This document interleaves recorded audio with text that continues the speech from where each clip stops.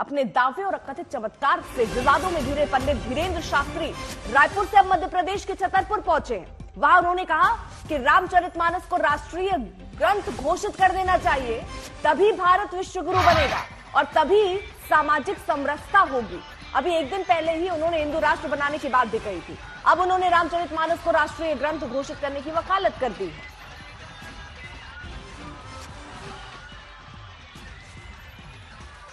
रामचरितमानस 100 करोड़ हिंदुओं की आस्था है। हनुमान चालीसा 100 करोड़ हिंदुओं की आस्था है और अन्य देशों में बैठे हुए लोगों की आस्था है। वैसे हमारा पॉलिटिकली कोई बयान नहीं होता, किसी राजनेता के ऊपर हमारा कोई बयान नहीं होता, पर हम उनको यही कहेंगे रामचरितमानस को भारत में राष्ट्रीय ग्रंथ घोषित करना चाहिए, तभी भारत विश्व गुरु बनेगा, तभी सामाजिक समरसता होगी।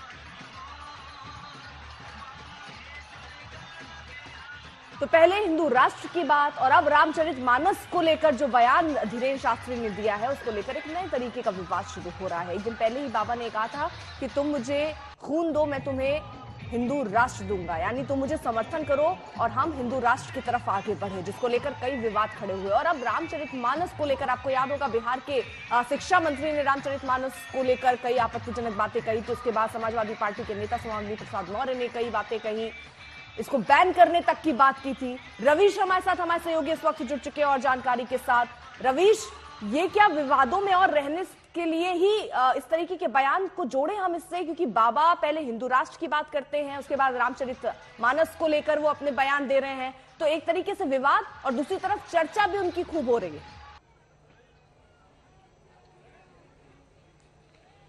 देखिए, चर्चा तो इतनी है कि अगर हम बीते 10 दिनों उठाकर देखें तो बीते 10 से 15 दिन ऐसे हो गए हैं जब ऐसा कोई दिन नहीं गया होगा जब पंडित धीरेन्द्र शास्त्री की चर्चा न हुई हो। देश भर में फिलहाल अगर देखा जाए तो एक बड़ा मुद्दा जो है बहस का बना हुआ है। पंडित धीरेन्द्र शास्त्री का जो पूरा रहन सहन है, उसके साथ ही उनके जो पूरे जो बातें होती हैं, और उसी तहत अगर हम देखें तो पिछले कई दिनों से लगातार उनके जो बयान सामने आ रहे हैं वो भी लगातार सुर्खियां बटोर रहे हैं।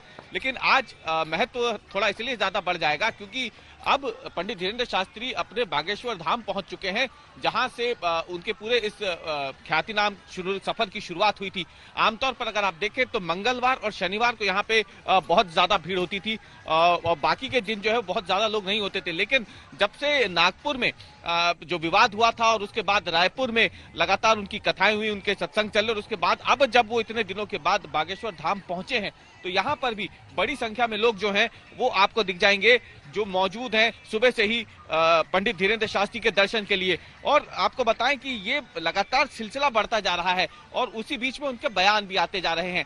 देखिए, पंडित धीरेन्द्र शास्त्री के बयान भले ही अब रामचरितमानस को लेकर आ रहा हो, क्योंकि फिलहाल ये अलग अलग राज्यों में एक विवाद का विषय बन गया था। उत्तर प्रदेश हो, बिहार हो, वहां पर मध्य प्रदेश में सरकार कहती है, सरकार के मुखिया कहते हैं कि रामचरितमानस के प्रसंगों को पाठ्यक्रमों में शामिल किया जाएगा स्कूलों के। उसी दिन अगले दिन बाबा कहते हैं पंडित धीरेन्द्र शास्त्री कि उसे राष्ट्रीय ग्रंथ घोषित कर देना चाहिए। उनके अपने गुरु हैं स्वामी भद्राचार्य जो भोपाल में थे, वो कहते हैं भोपाल का नाम बदल के भोजपाल कर देना चाहिए। तो एक तरफ जहां लगातार सुर्खियों में बने हुए हैं गुरु शिष्य दोनों, तो वहीं दूसरे उनके बयान भी सुर्खियों में बने हुए हैं। लेकिन इस बीच ये बयान इसलिए ज्यादा महत्वपूर्ण हो जाता है क्योंकि अब वो अपने धाम में पहुंच चुके हैं और माना जाता है कि यही वो जगह है जहां से उनके इस पूरे सफर की शुरुआत हुई थी। लोग जो है वो भी पहुंच रहे हैं, जैसा रवीश आप तस्वीरों में भी दिखा रहे हैं, और यूपी के मंत्री रघुराज सिंह भी पंडित धीरेन्द्र शास्त्री के समर्थन में आ गए हैं। यानी एक तरफ तो विरोध कुछ लोग कर रहे हैं, कुछ लोग समर्थन में भी हैं। उन्होंने ये कहा कि बाबा धर्म के अनुयायी हैं, वो धर्म की ध्वजा लहरा रहे हैं। बाबा के हिंदू राष्ट्र के बयान को लेकर मंत्री साहब ने कहा कि भारत हिंदू राष्ट्र बनेगा, इसमें कहीं कोई शक नहीं है।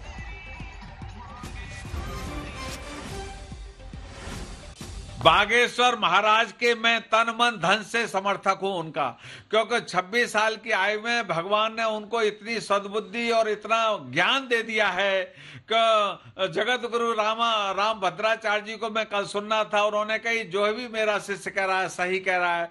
तो इसलिए धर्म के अनुयायी हैं, धर्म की ध्वजा लहरा रहे हैं, मैं उनका पूरा पुरजोर समर्थक हूं और हर तरह से उनका समर्थन करता हूं। उनको भगवान 1000 वर्ष की आयु दे, क्योंकि हिंदू राष्ट्र तो बनेगा ही, इसमें कहीं कोई शक नहीं।